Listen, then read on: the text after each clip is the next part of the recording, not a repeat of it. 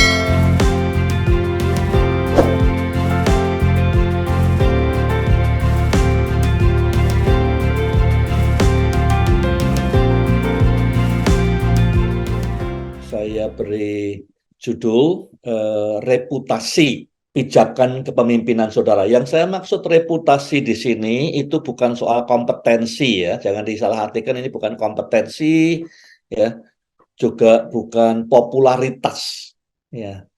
Reputasi itu traits, karakter, pembawaan yang ilahi, yang mulia, yang menyebabkan seseorang pemimpin dikenal dan disegani ya, atau dihargai. Jadi reputasi saya katakan itu platform kita, pijakan kita. Dengan reputasi kita bisa memainkan kepemimpinan kita dengan baik. Topik yang pertama, apa sih yang membunuh Ahab? Ahab di sini tentu adalah mewakili pemimpin. Tidak hanya Ahab di Alkitab, tapi juga Ahab hari ini. Juga pemimpin-pemimpin lain hari ini. Apa yang bisa membunuh Ahab? Kita tahu di ceritanya ada seorang tentara Aram yang manah tanpa tujuan, ya mungkin tidak sengaja, tahu-tahu kena Ahab, Ahab mati. Jadi kita tidak pernah tahu siapa yang bunuh Ahab, tapi kita tahu apa yang bunuh Ahab. Pertama, menurut saya yang bunuh Ahab adalah karena telinganya hanya mau mendengar apa yang menyukakan hatinya. Apa yang enak, apa yang nyaman didengar, apa yang feel good. Jadi dia tidak mau mendengar kebenaran, yang dia mau dengar hanya apa yang menyukakan hatinya. Di dalam pasal 22 ayat 8 dikatakan, masih ada seorang lagi yang dengan perantaraannya dapat diminta petunjuk Tuhan. Tapi aku membenci, artinya aku tidak akan ngundang dia. Sebab dia tidak pernah menubuatkan yang baik tentang aku.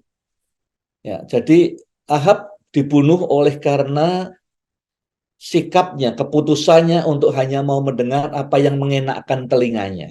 Jadi itu satu panah pertama buat pemimpin. Hati-hati ya, kalau kita hanya mau dengar apa yang enak buat telinga kita, itu panah yang bisa mematikan kita. Nomor dua, dia tidak secara sungguh-sungguh bertanya pada Tuhan. Jadi ya karena apa namanya, Yosafat minta ya udahlah, kita turuti. Jadi semacam buat pelengkap saja, semacam buat liturgi saja, semacam buat proses saja, tapi tidak sungguh-sungguh. Tuhan hanya dijadikan alat untuk mencapai tujuannya. Artinya, kalau apa yang Tuhan katakan setuju dengan apa yang saya pengen buat, ya kita kutip sebagai catatan kaki. Tuhan juga meneguhkan seperti ini. Ya. Tapi sesungguhnya tidak, kalau berlawanan tidak akan dianggap, bahkan dipenjarakan, dijauhkan suara Tuhan daripada orang banyak. Di dalam pasal 22, 28, 29, Mika berkata, jika engkau sungguh-sungguh kembali dengan selamat, Tuhan tidak akan berfirman dengan perantaraanku. Ya, artinya sudah dinasihati demikian rupa, ya, diberitahu tentang apa yang terjadi lewat penglihatan. Majulah Raja Israel dengan Yosafat Raja Yehuda ke Ramot Gilead. Tuhan hanya dijadikan pelengkap. Banyak kita juga begitu seringkali sudah maunya si A begini, ya. Tanya Tuhan, kalau Tuhannya ngomongnya beda ya kita tidak ambil, kalau sama ya kita anggap ini dari Tuhan. Ya. Yang kedua, panah kedua yang membunuh Ahab adalah karena dia memperalat Tuhan untuk kepentingannya sendiri, tidak sungguh-sungguh serius ikut Tuhan. Yang ketiga yang membunuh Ahab atau pemimpin manapun juga adalah keserakahan. Keserakahan itu apa sih? The addiction for more. Kecanduan untuk selalu ingin lebih. Ya. Sudah punya, pengen lebih lagi, yaitu serakah. Ya. Dan kita punya benih itu dalam hidup kita. Hanya bisa dimatikan kalau kita ini bertobat, terima Tuhan Yesus, hidup dalam anugerah, ngucap syukur, dan be generous, murah hati. Ya. Di pasal 21 ayat 2 berkatalah Ahab kepada Nabot, berikanlah kepadaku kebun anggurmu itu. Nabot cuma punya satu ini. Ahab punya macam-macam, istana musim panas, musim dingin, dan segala macam. Tapi toh dia mau ambil kebun anggurnya Nabot ya untuk dirinya sendiri. Itu serakah namanya. 4, kepemimpinan yang lemah atau kepemimpinan yang jelek. Apa itu? Membiarkan kepemimpinan yang jahat Isabel dan juga Sedekia ya yang menampar Mika. Jadi kalau saya mimpin kemudian saya tahu di bawah saya ada pemimpin-pemimpin yang jahat, bully, abuse of power dan saya biarkan, maka sesungguhnya itu akan membunuh saya sendiri. Jadi kalau saudara punya anak ya, punya anak buah bertindak semena-mena, suka menyakiti orang lain dan saudara biarkan, itu panah akan membunuh saudara sendiri. Ya, itu sebabnya mendidik, memuridkan anak itu penting, juga membangun, memuridkan orang-orang sekitar kita itu penting. Kalau kita biarkan pemimpin lain di bawah kita, kita bisa bilang, tapi kan bukan saya yang bunuh, tapi kan bukan saya, tapi saya dapat untungnya juga. Ya, itu adalah bunuh diri. Kita mengarahkan panahnya kepada kita sendiri. Ya. Dan yang kelima, yang terakhir, Ahab membangun inner circle-nya dia, ya, orang di sekitarnya adalah penjilat-penjilat.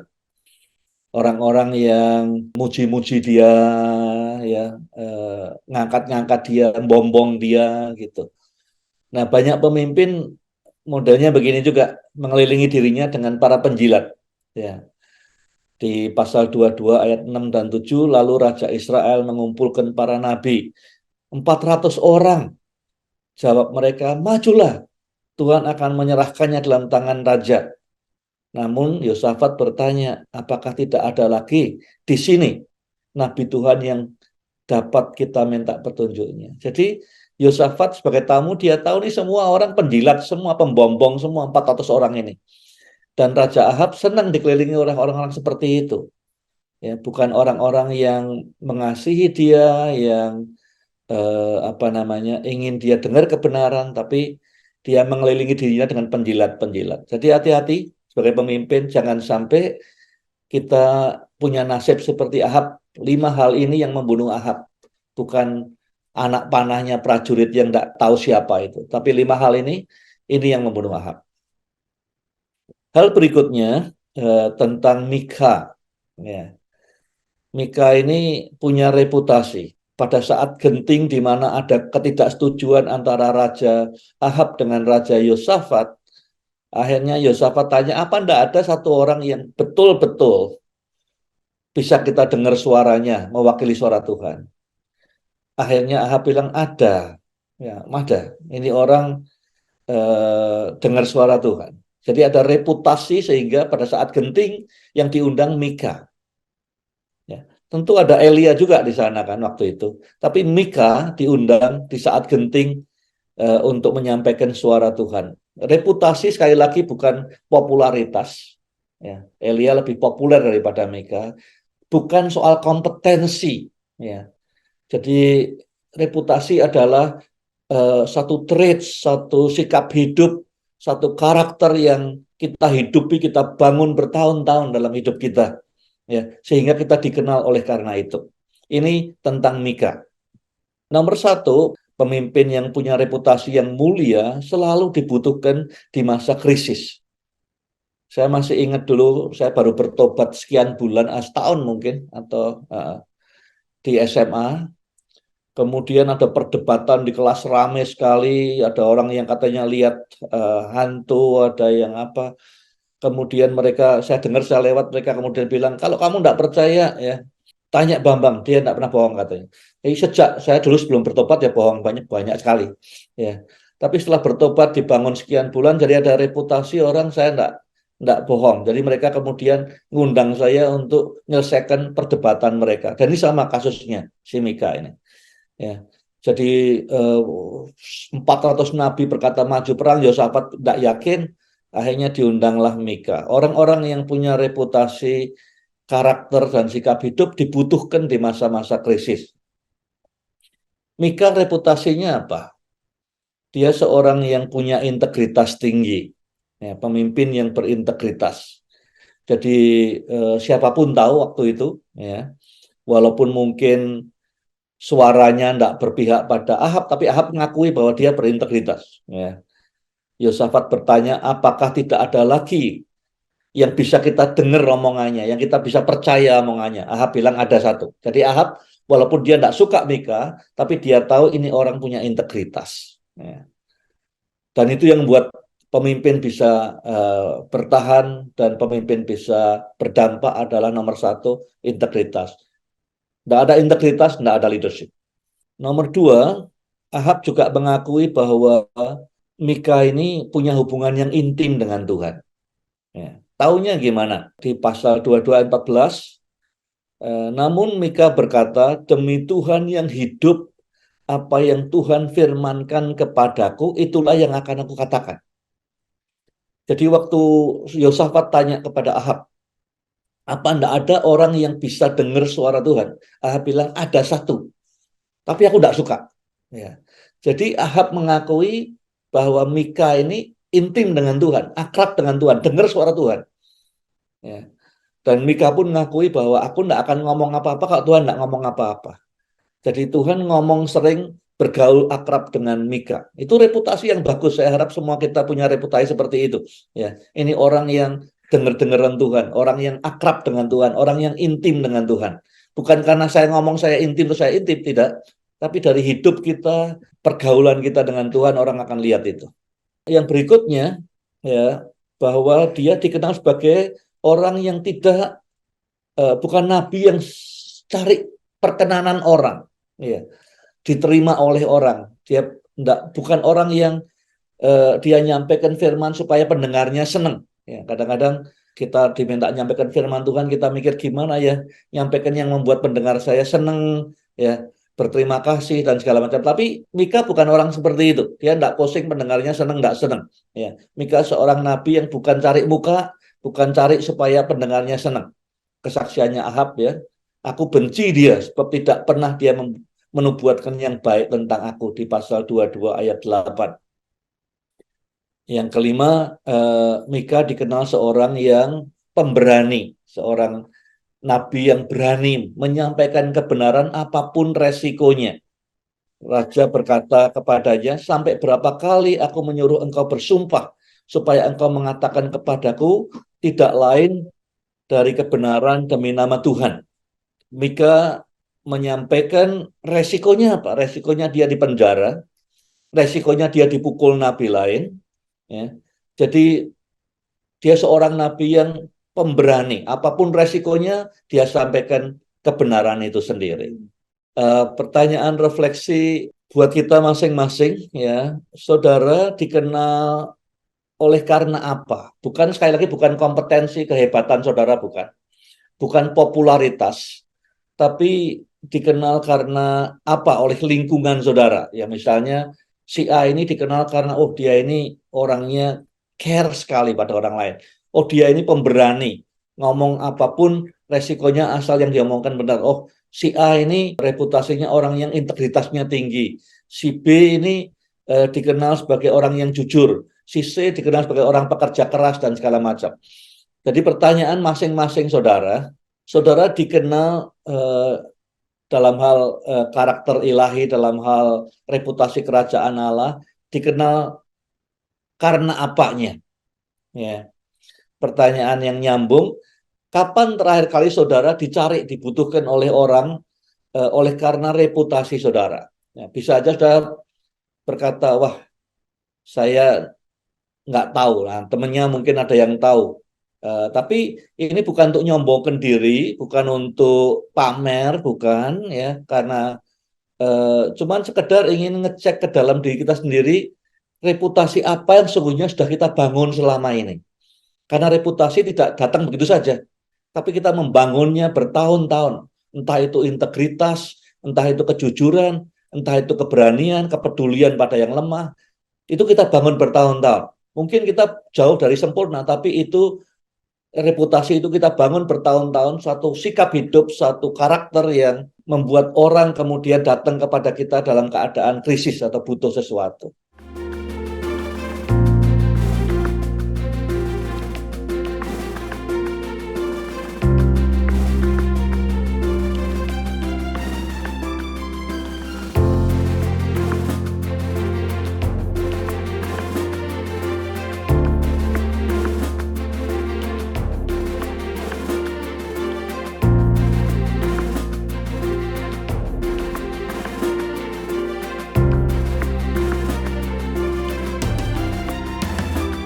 Ada aset kepemimpinan yang jauh lebih berharga daripada uang.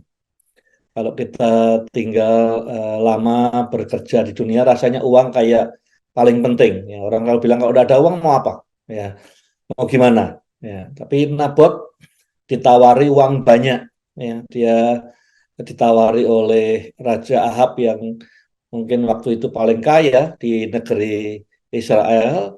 Kamu minta harga berapa aja, sebut aja. Ya, mau dikasih nol berapapun silahkan di belakangnya. Tapi Nabot menolak karena dia lihat ada beberapa hal yang lebih berharga daripada uang. Jadi kalau hari ini saudara terlalu jauh berenang di dunia dan merasa uang itu yang paling penting dan segala-galanya, mari kita dengar apa yang Nabot ingin sampaikan. Yang pertama tentang kebun anggur, ya vineyard ya. Di Perjanjian Baru diumpamakan kebun anggur itu seperti kerajaan Allah. Dia melambangkan di Matius 20, Matius 21, Yohanes 15, ya. Dia melambangkan orang-orang ladang pelayanan, orang-orang yang saudara pimpin. Itu adalah kebun anggur. Orang-orang yang saudara bangun, saudara layani, saudara muridkan, saudara mentori. Ya, jadi vineyard atau kebun anggur di Perjanjian Lama punyanya Nabot, di Perjanjian Baru itu sering dipakai sebagai orang-orang yang saudara layani. Jadi Nabot mengajar pada saya ada yang lebih penting daripada uang, yaitu kebun anggur, yaitu orang-orang yang saya layani, orang yang saya pimpin, orang yang saya muridkan, orang yang saya bangun, kebun anggur yang Tuhan percayakan pada saya. Ya, itu lebih penting daripada apapun tawarannya Ahab. Nah, mungkin hari-hari ini sudah terima banyak tawaran dari Ahab, ya, uang banyak, ya, lewat pekerjaan, lewat proyek, lewat apapun, tapi Nabot bilang ada yang lebih berharga daripada uang itu, yaitu orang-orang yang Tuhan percayakan pada saudara. Orang yang saudara bangun kepemimpinannya, muridkan, mentori, itu lebih penting. Nomor dua, beda dengan kebun sayur. Ahab mau beli kebun anggurnya, Nabot mau dicoba jadi kebun sayur. Kalau sudah tahu kebun anggur itu tidak itu bertahan lama sekali. Kebun sayur tiap 3 bulan mungkin ganti. Ya. Kebun anggur ini bangunnya nyiapkan tanahnya lama sekali, kikrik. Di Perjanjian Baru pernah disampaikan ada pohon ara ditanam di kebun anggur, tidak berbuah, kebangetan ini. Karena kebun anggur itu dirawatnya sekian generasi, ya, tanahnya, pupuknya, segala macam. Ya. Jadi itu diwariskan turun-temurun. Kebun anggur Nabot adalah warisan atau milik pusaka yang diwariskan oleh moyangnya secara turun-temurun. Di situ ada identitasnya, akar keluarganya, kebanggaan kepada nenek moyangnya. Warisan. ya, identitas, nilai-nilai. Nabot tidak mau jual, dia bilang, demi Tuhan, pantang bagiku untuk memberikan milik pusaka nenek moyangku kepadamu. Warisan-warisan spiritual, warisan-warisan rohani yang diturunkan pada kita. Ya. Jadi kalau kita eh, ngelihat ceritanya Nabot ini, kita merasa ada yang lebih berharga. Nilai-nilai, identitas itu jauh lebih berharga daripada uang. Jangan sampai kita jual identitas hidup kita. Jangan sampai kita pergadaikan nilai-nilai luhur kita hanya karena uang. Itu kata Nabot. Yang ketiga, yang paling penting buat Nabot, dia berkata, alasan utamanya dia menolak menjual tawaran uang berapapun dari Ahab karena firman Tuhan berkata di Imamat 25 tidak boleh jual secara permanen tanah yang diwariskan kepada orang satu keluarga. Ini harus terus menerus, tanah itu adalah waris dari Tuhan. Jadi yang ketiga yang lebih penting daripada harta adalah ketaatan pada firman Tuhan. Jadi hari ini saudara, Nabot mau bisiin pada kita masing-masing. Kalau tidak kita dengar ya dia mau teriak pada kita masing-masing. Ada hal-hal yang lebih penting daripada uang. Walaupun dunia berkata uang paling penting. Yang pertama adalah ketaatan pada firman Tuhan. Yang kedua adalah nilai-nilai yang diwariskan oleh leluhur kita. Ya, bahkan nilai-nilai biblikal yang diajarkan kepada kita. Yang ketiga adalah orang-orang yang kita pimpin, yang kita muridkan, yang kita mentori. Tiga hal ini dampaknya kekal. Uang tidak kekal, tapi tiga hal ini kekal. Jauh lebih berharga daripada uang. Saya berdoa supaya lewat message-nya Nabot, hidup kita diluruskan lagi, ditoto lagi prioritasnya. Yang mana yang lebih penting daripada uang.